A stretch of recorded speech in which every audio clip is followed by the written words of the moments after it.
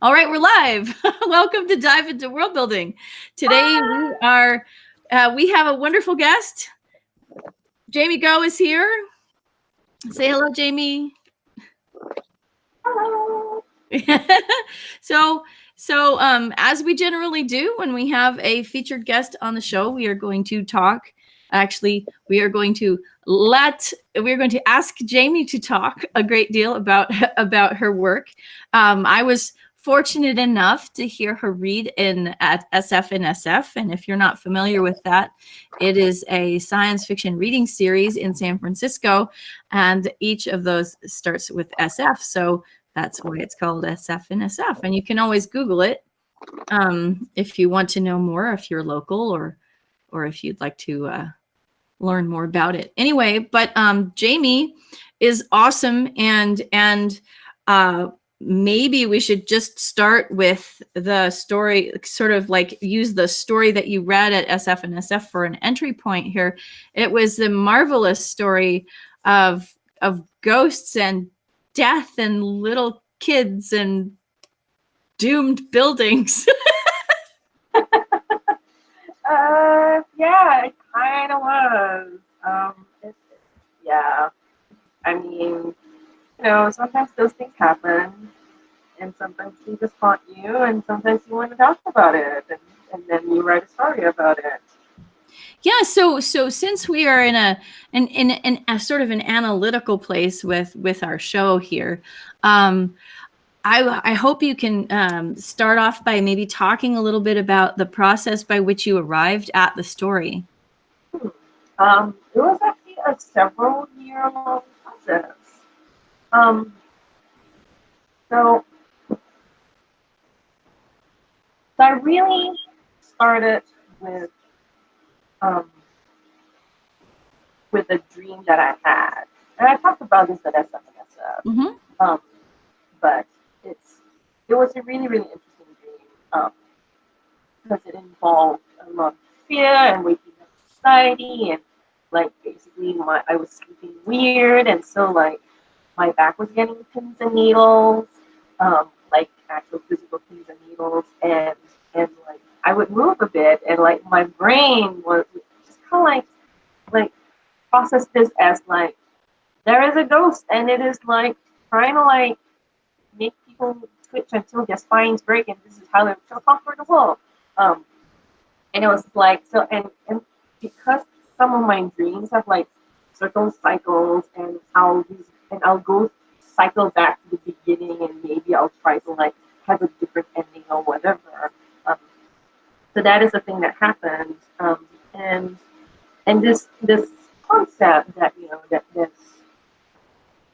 that that spirits are hanging around and waiting to kill you. It's kind of like a thing that's kind of always haunted me. But in particular, there was an image in it, and that's the image of the little boy in the puddle, um, twitching um, after death because a wire has fallen across the puddle and basically electrocuted him to death. But everyone who's like watching knows that no, actually he was killed by spirits, and we're just not talking about it because no one wants to like talk about that. And and part of that dream involved like being children and trying to warn the adults like, hey, these spirits are trying to like pick us up one by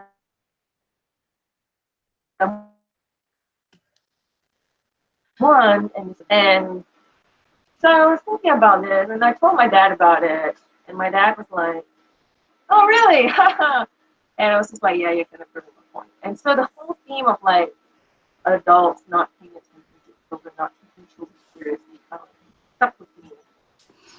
So I wanted to write that into the story, but I didn't know how, and I didn't know what. So for some reason or another, I was thinking about the Highland Towers collapse that happened when I was a kid. Um, but um, and first it was pretty horrific. It was like one of the one of the first major accidents involving landslides So you're cutting out for me a little bit, Jaymee. So you're saying this was an event that involved landslides? Yeah, this was the Highland Towers collapse happening at the end of 90. I think it's 92 or 93. Happened with a kid, and so what had happened was these were luxury condominium apartments built on the side of a hill. And when you build on a hill, um, if you don't, if you overbuild on a hill, you well, and so what had happened was that there was runoff happening underneath foundations of the building, and because there had been so much deforestation happening on that hill, there was just not enough to keep the buildings from slipping right off the sides of the building. So that happened to like one of the buildings. Um, and it was a lot of people were living in that building. A lot of people were in the building at the time. So, okay, so we're still having a little bit of audio issues, but hopefully we can hopefully we could just keep going. So was there a particular event or a particular thought process that brought these two pieces together for you? Well, not really. I was thinking about it at some point. I was like, what if the Highland Towers collapse had been caused by ghosts and spirits? Because forest spirit and general taboos of like not fucking around in the forest are like a huge thing in Malaysia. So I use that concept to stitch the events that happen in the particular images in the dream and the real event together. So I made up like a fake condominium that's like really similar. It had very similar circumstances. And wrote the story out of that.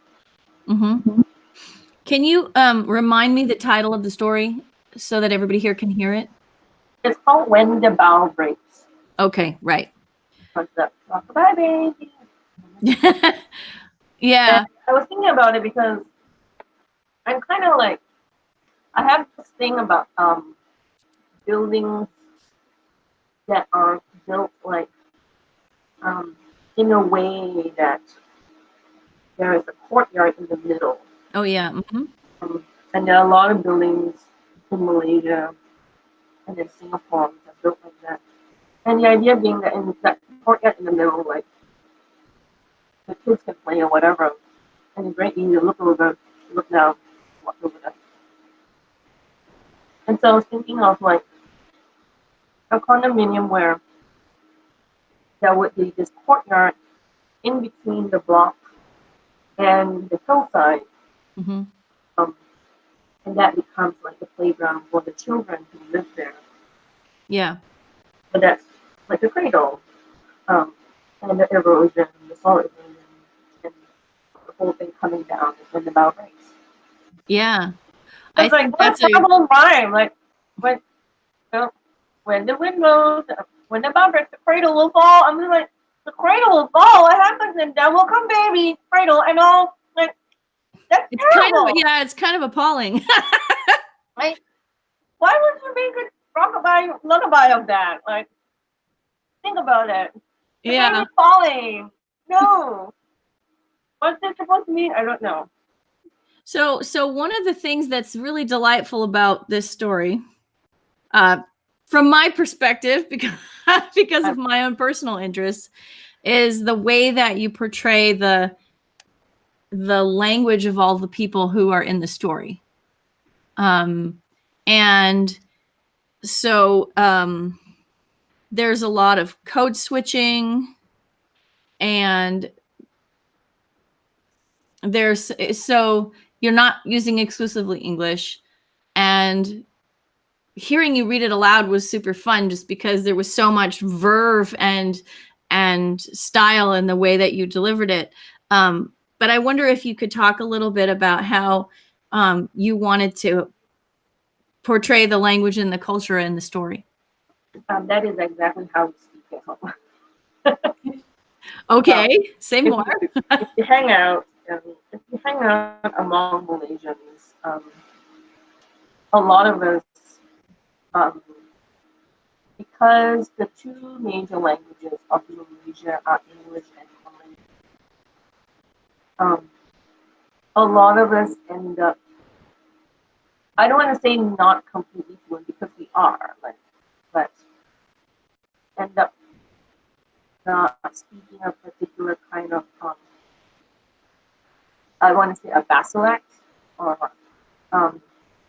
which is like one main language peppered with the grammar and the vocabulary of another language. Mm.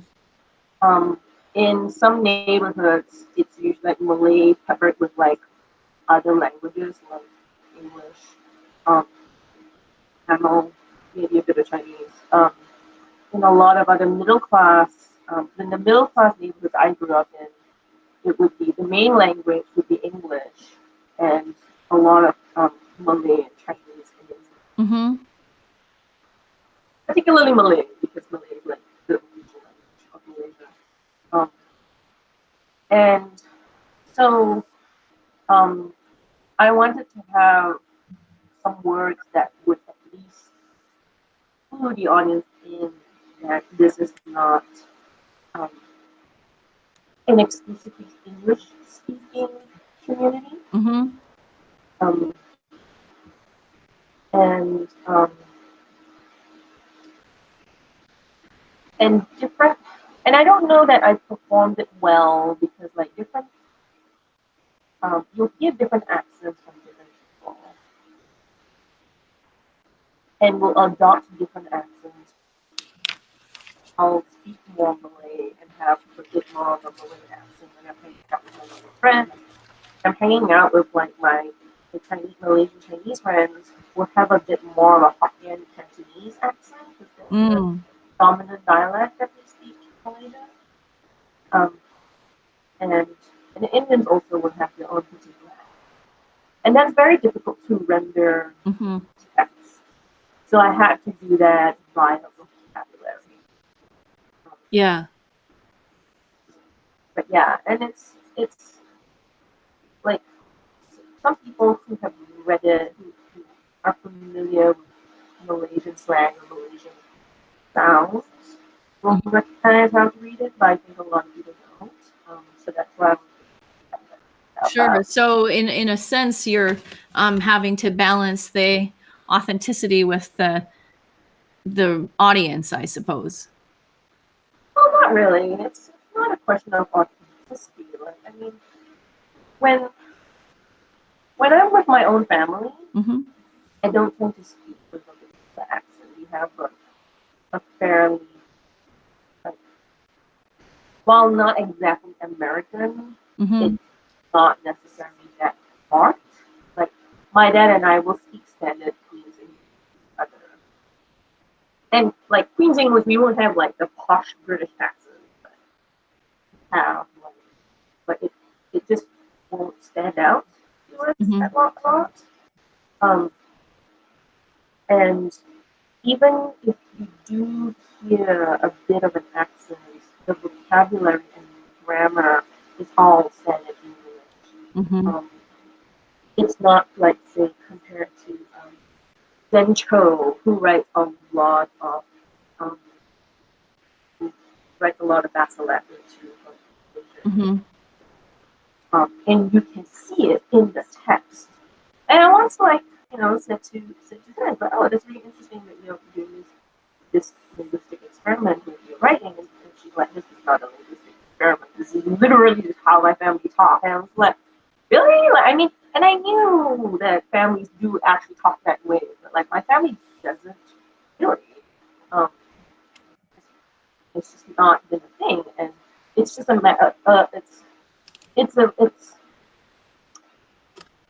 there are various degrees of of um, difference from family to family. Mm-hmm. Um, so so yes, so it wasn't really quite a matter of like authenticity per se, like you know, that's not really it's not it's not a thing that can be measured, I think. Mm-hmm. But it's a matter of like if I write, the Malaysian audience is reading it, they hear it as they read it. Mm-hmm. Um, so that's so that was a concern of mine. Can a Malaysian audience hear it? Because one, I remember a challenge I had in reading Venture Story um, is she has a lot of Hokkien, and which was a huge, like it was big fun to like give the book to my dad and have my dad read the stories out loud because like he'll be enunciating the Hokkien words like syllable by syllable, and then he has to pause and be like, oh, it's this phrase, and he'll say it all over again in the Mm-hmm. proper Hokkien. Um, but because it's just not the thing that we're used to reading on on the page. Sure, sure. Um, So this book that you're talking about, this is a Zen Show book? this is this this shows up in a lot of Zen show stories. Okay. This particular book, Spirits Abroad, that's a collection of her short fiction. Okay. So one of the sections is like all Malaysian-based stories. Um, all the characters read a certain way. Um, Sure.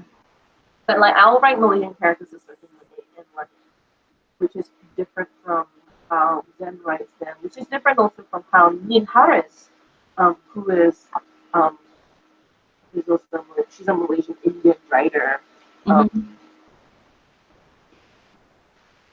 and she writes them differently too. Like she doesn't particularly, she's, she doesn't always have, um, or sometimes she just doesn't mark her characters verbally, linguistically at all, because that's just not her.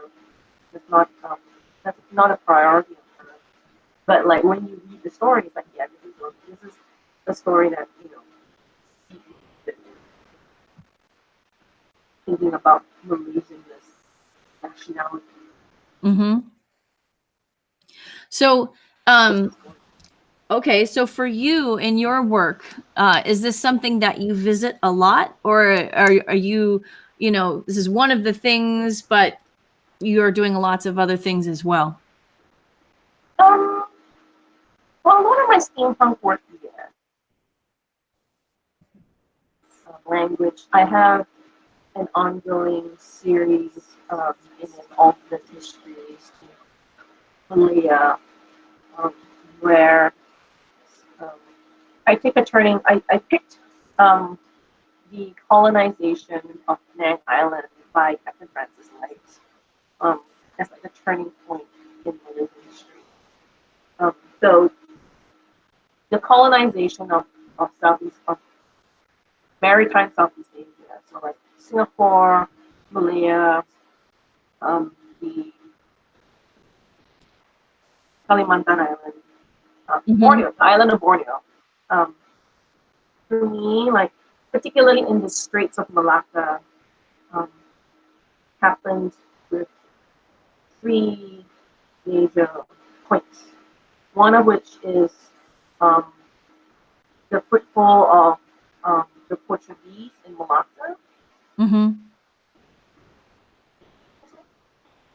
and then um, Stanford Raffles getting a foothold in Singapore, and Captain Francis Light in Penang. So, and then like the Dutch and the English and the Portuguese like fought over Mm-hmm. Malacca, like I don't know, some years. I forget. Um, it must have been very exciting.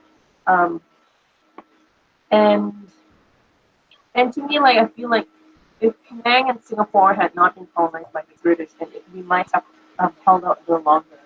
And one of my concerns in steampunk is like, well, it's all about accelerated technology. So what happens if that technology is not used for colonization, is in fact used for anti-colonization? What Mm. happens to the region?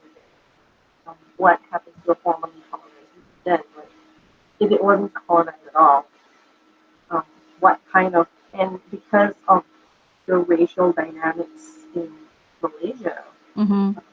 that were very much a result of a direct result of British colonization. What do those dynamics look like when the British are not there to Mm-hmm. divide and conquer us? Um, what happens to the concept of the Malaysian identity when Mm. the modern nation state to guide it? Um, Yeah. and so I have like a very multiracial cast of characters that I'm used to um, examine this dynamics. And they come from various linguistic backgrounds. They come from different cultural backgrounds, racial backgrounds. Um, and so I try to express that difference through the way they speak. Um, so that's part of how I do that. But otherwise, like it's when I'm not writing in Malaysia, when I'm not writing in that particular region, um, it becomes a matter of how can I use turns of phrases that might be specific to a geography or to Mm-hmm. a language. How does that translate into Yeah.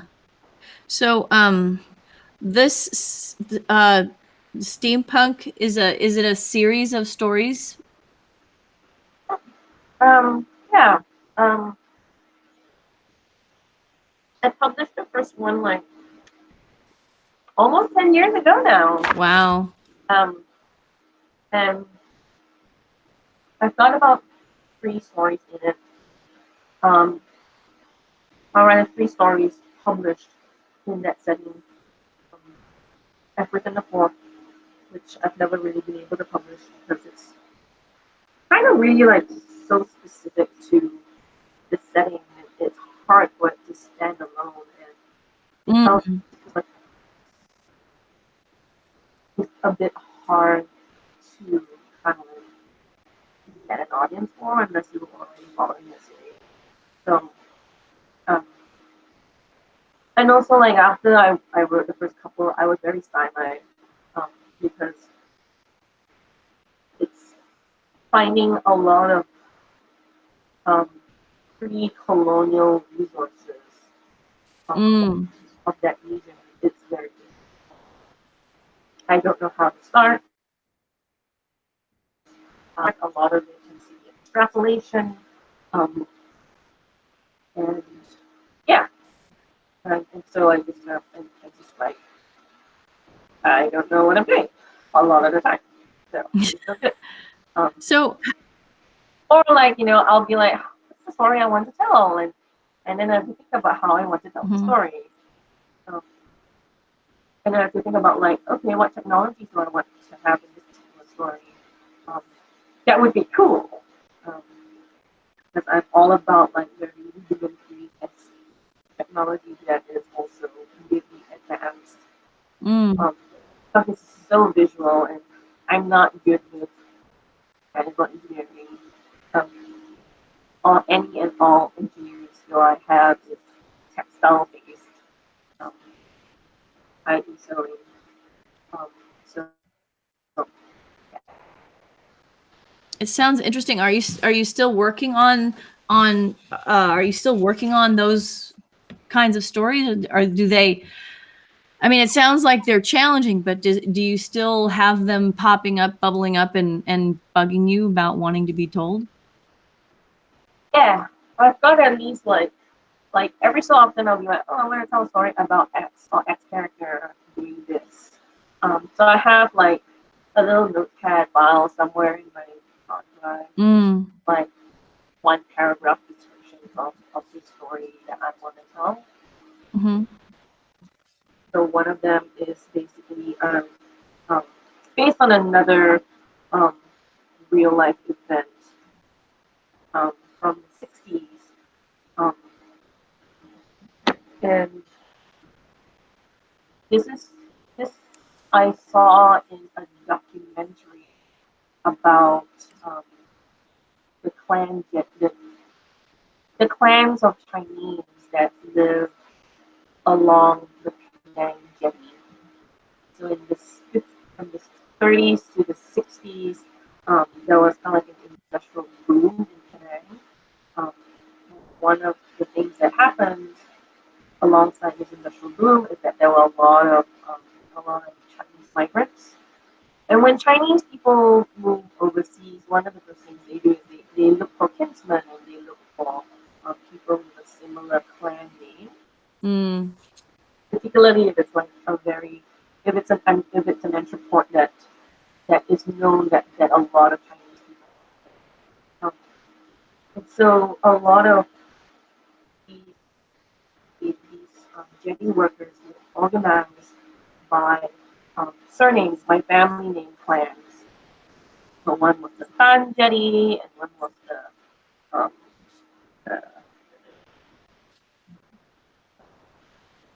Wong Jetty. But one of them that I was really interested in was the mixed name jetty, Chapse, um, Say Hui or something, which means like mix, like Chap means to mix. Yeah. Um, and so I set a story there. I was very interested in the concept of like there are all these other clans and all these other families, but there's this one jetty which is like the people who don't have, or who don't have enough people sharing the same name for them to kind of like create their own co-op, um, and so they just kind of like band together. Um, Mm. I wanted to write a story about that, and in this documentary too, um, discussed um, a tragedy that happened where so these clans would always be in competition with each other, and like because capitalism is evil, um, this competition would crop up as they would try to be cheapest, and they would try to be fastest, and they would try to be the most available. So one night there was a shipment coming in of of vegetable goods, and and these clans were trying to like show that they wanted that money, so they're like, oh yeah, we'll do it right now. It was raining, um, and so it was really slippery already. Not only that, but part of that shipment in the cargo hold um, was onion. And so, um, so when you have a cargo with a lot of transportation like that, one of the things that you're supposed to do before you go in and like take out the goods is you have to throw like a chicken in there. And if the chicken lives, it means it's safe to go in there. If the chicken Mm. does not, if the chicken like doesn't look right, then probably like best to not go in, or at least like air the hold a bit first before going in. Oh Um, yeah. but it was raining, and they wanted to do the job very fast, so they did do the whole chicken fail-safe thing, and they just rushed in, and these onions were rotting in that cargo hold. And so a lot of these men fell sick immediately from basically being poisoned by all these gases. And as they came out, um, because it's wet, slippery, a lot of them fell off and fell into the sea, died. Um, Oh, Lordy. Okay. and so I was like, that is so terrible. Um, and so I wrote a story about the aftermath of a similar accident Yeah. where a couple has like the husband is the only survivor of of this accident, he only survives because he's now got like basically an iron lung installed into his chest. And that's what happens when that survived is killed. Um, and now you have this difference about you. Um, and other people are mad that you got to live. But, yeah, Sort of survivor guilt thing too. yeah. So I wanted to tell that story, and at some point I will tell the story of the actual accident, um, because I think that's like maybe that's the thing that's worth examining. Um, it's just that I haven't gotten to the headspace where I think I'd be good enough. I don't know that I'm good enough to tell that story. Yes. Sorry. My answering machine suddenly went off. Thank you for your call. I'm busy. Okay.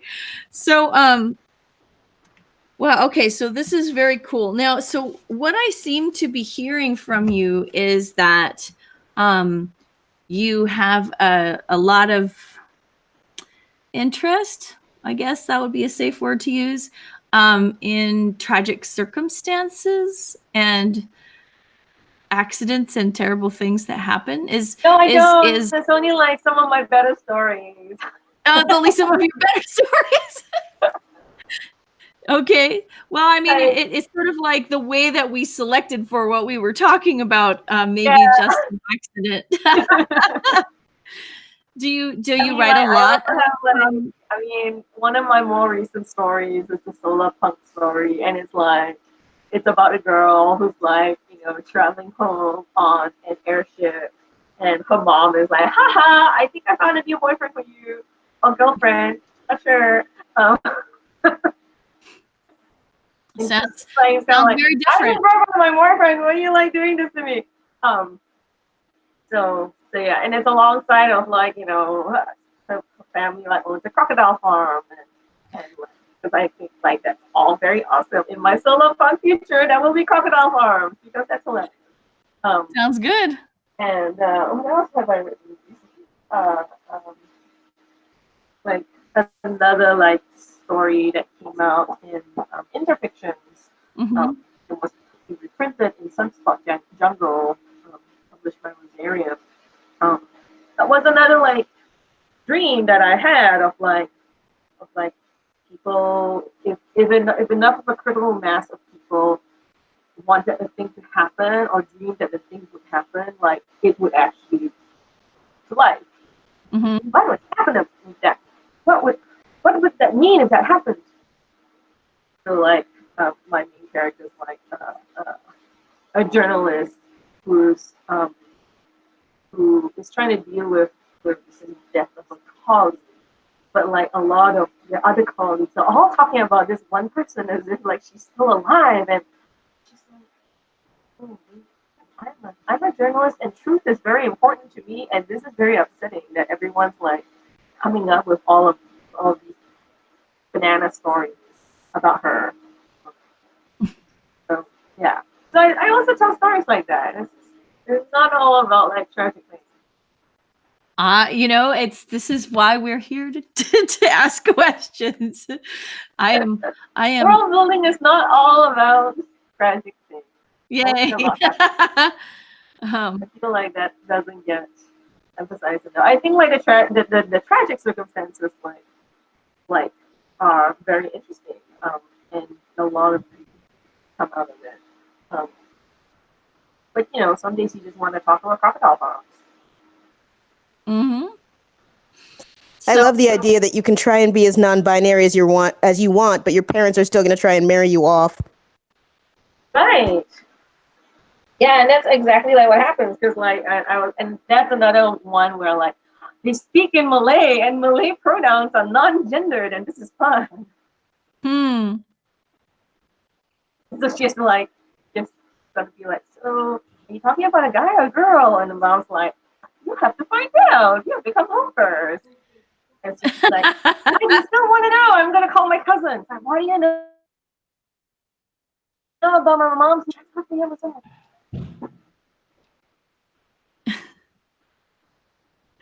Yeah, that's really fun. So is that story out somewhere?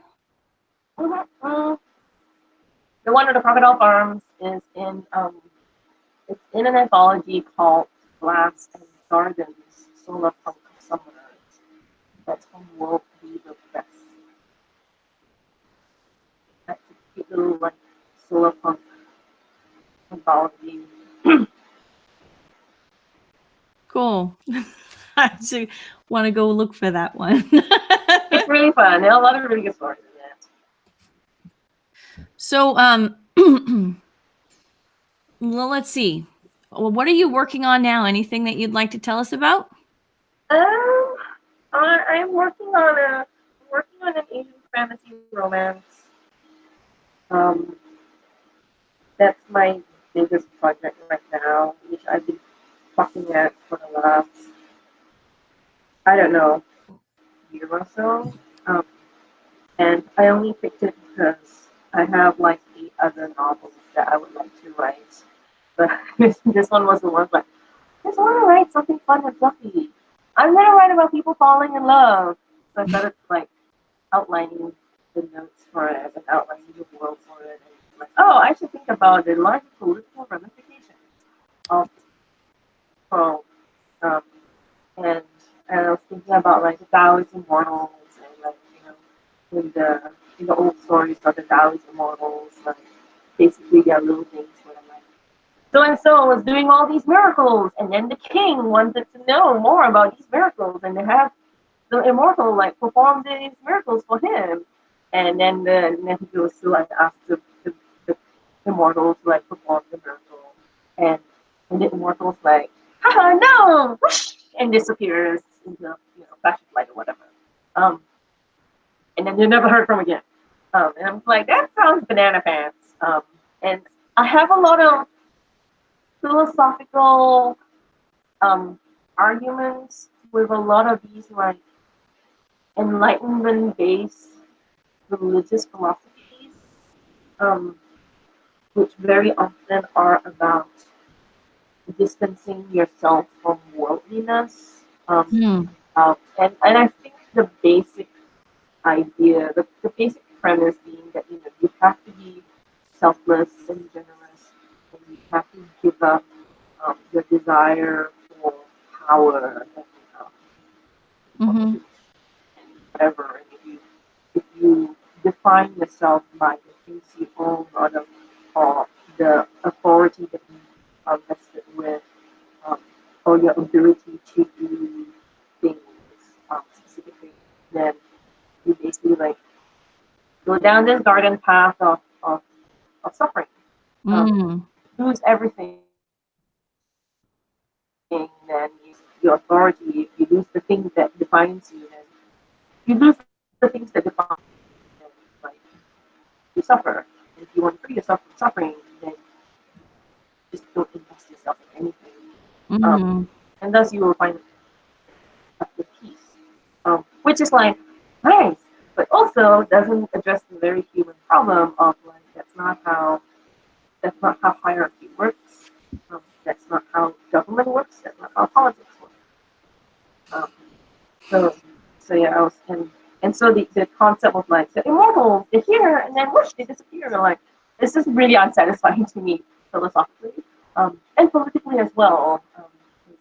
It's kind of like the whole thing with the vampires. Like, you're a vampire, and all you're gonna do is you're just gonna brood about how you're not human, and oh, it's so sad and tragic that you're a monster. Like that's nonsense. Like, no, you're a fucking vampire. Like, fucking own it. Um, so yeah, so I was thinking about like the concept of immortals, like and ancestral spirits. Um, like what happens when you have these two elements, like as a as like a verifiable empirical reality in the world. Mm. What happens then? How do the politics, uh, how do the personal and the political level, um, yeah, that's right. Hmm. So in that review, I was like, I'm gonna write a story about people falling in love because that sounds really fun. But it's but now I have like a bonkers war story happening on my hand. A plot that so yeah, so So all that's kinds of my other things started to happen. yeah, and then but it's like it was really my fault because I decided like he is an immortal who initially wants to divest himself of like of the world because that was kind of like the traditional way of becoming an immortal in Chinese um, literature is Mm. become immortal because you have basically cut yourself off from the world and gone off into the woods to become a hermit and whatever. Right? And I was just like, so what happens when an immortal like gone off into the woods is then brought back? Like and becomes reinvested in the world, right? Do you start becoming immortal? Like, do you regain mortality then, like, Mm. or what? I don't know. But like that makes no sense. Um, on a certain level, I had a whole argument with myself about this. So I had to really think through this entire system, um, and and and how that affected the plot. Because the plot being that this immortal, his father is still around in ancestral spirit form and is calling him back. Um, and um, the heroine is a woman who can speak to spirits. So every year when the veil is thinnest, I guess, like all the all of them all her clients like come to her and they're like, is are such and such decisions that I'm making um, okay by my immediate family members who are dead and I cannot see them. Because you want to make sure that you I guess it's about like having access to um, it's having access to their continued wisdom even though they've passed. Mm-hmm. And that's the thing about immortals as well. It's like, okay, so you have this person who has lived through a long time and therefore like theoretically has a lot of long term knowledge about specific institutions. Who can remember how things used to be. Um, Mm. are they okay with any changes that are being brought today? And that's a thing that kind of like has been an ongoing concern of mine. Like we are used to a lot of terrible things today, but what if people were around who could remember a time that things were done differently? You don't want to find out, or you do want to find out because maybe some systems that are now obsolete are actually like useful. Find the people who know how it works and back so that we can help implement Mm-hmm. it or whatever. Um, but also like if you could live forever, what would you do? And like my hero's like I can live forever, and apparently like I can do all sorts of things because I am immortal. I really really want to follow my heart's dream, which is to chart game. Um, so he just disappears for like months at a time, just charting games. Um, and then one day he comes out of the game and he's like, I really feel like I don't know noodles. And he goes in search of a bowl of noodles, and it turns out like that pull, is being pulled into a particular direction, and he's like, he thinks, oh, like, I think I'm being pulled in the direction of this particular village for a particular bowl of noodles, and like I really want to have those noodles, and then like things happen from there. Mm. Um, It's a bowl of um, noodles as an inciting event. yeah, or at least like a craving for a good bowl of noodles. Sounds like an Um, excellent but yeah, food motivation. and all. I mean, like if you were immortal, like and you could had no other obligations in life, and you could just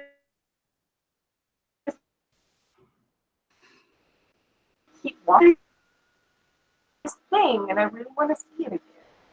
Yeah. But I feel like as an immortal, that is the thing I would do.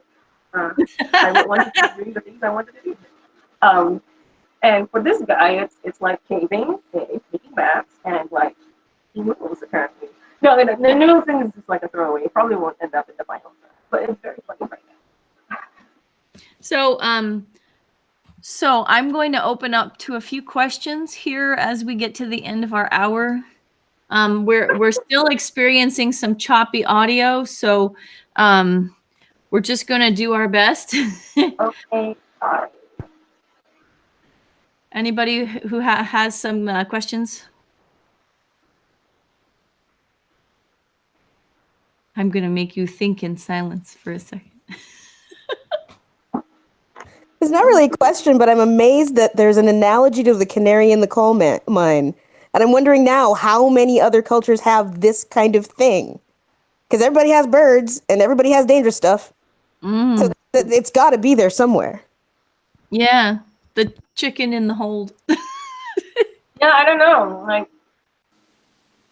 I mean, a lot of cultures have pet birds, and they do seem to fall over at the drop of bad air. So it's kind of an interesting thing. I had not really been collecting them, and now I want like a. We should do like an anthology of canary in the coal mine pet bird to test out the water surf.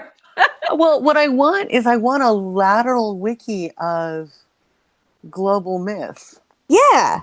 So, yeah, so you can go like, where does this myth show up and in what guises and with which people?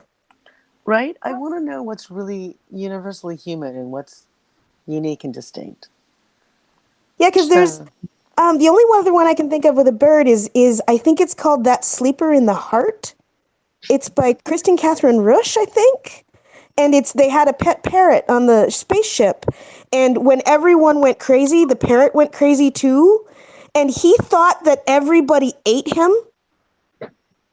And no one had eaten him, but he was nuts just like everyone else was. It's a really interesting story. It's in Asimov's, I think. Go find it. Yeah. What's it called again? I think it's called Killed by That Sleeper in the Heart, or just That Sleeper in the Heart. Has anybody done an anthology of bird stories? I don't think so, but that's a good one. I mean, Henry Leon seems like he would be writing bird stories too. So.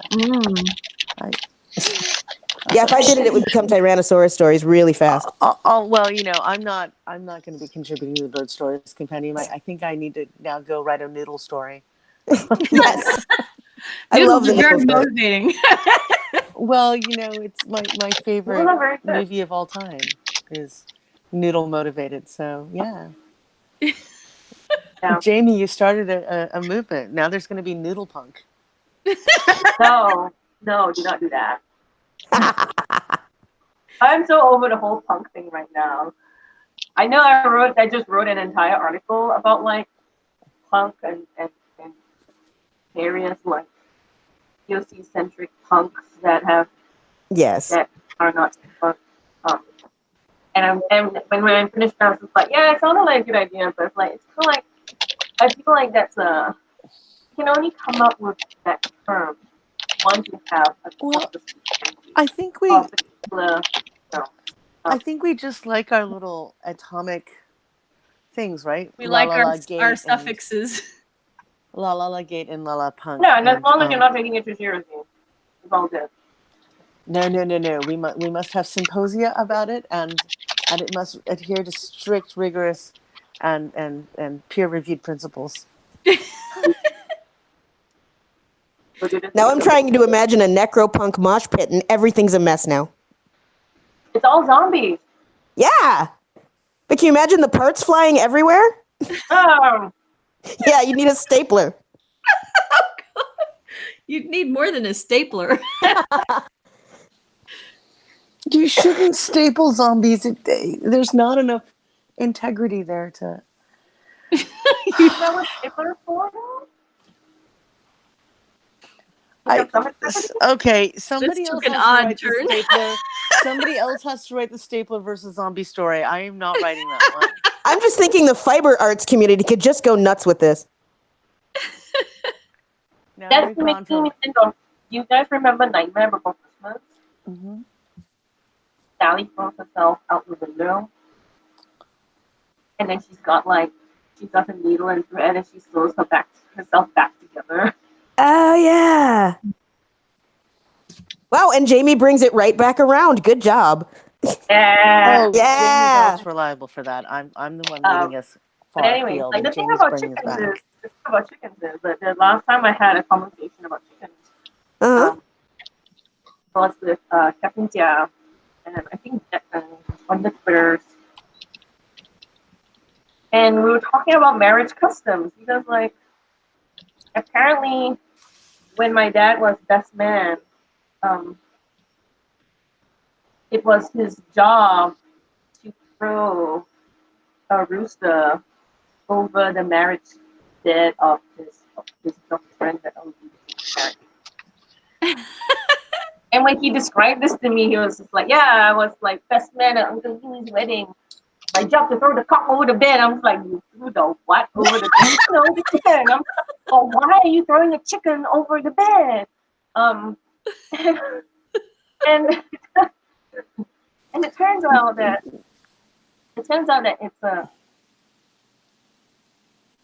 it's age-old customs, Chinese customs that if you want to know whether your first child in this marriage will be a boy or a girl, you have a cage with a rooster and a hen in it, and you open the cage in the bedroom. If a rooster is the first one to walk out, it's going to be a boy. A hen is going to be a girl.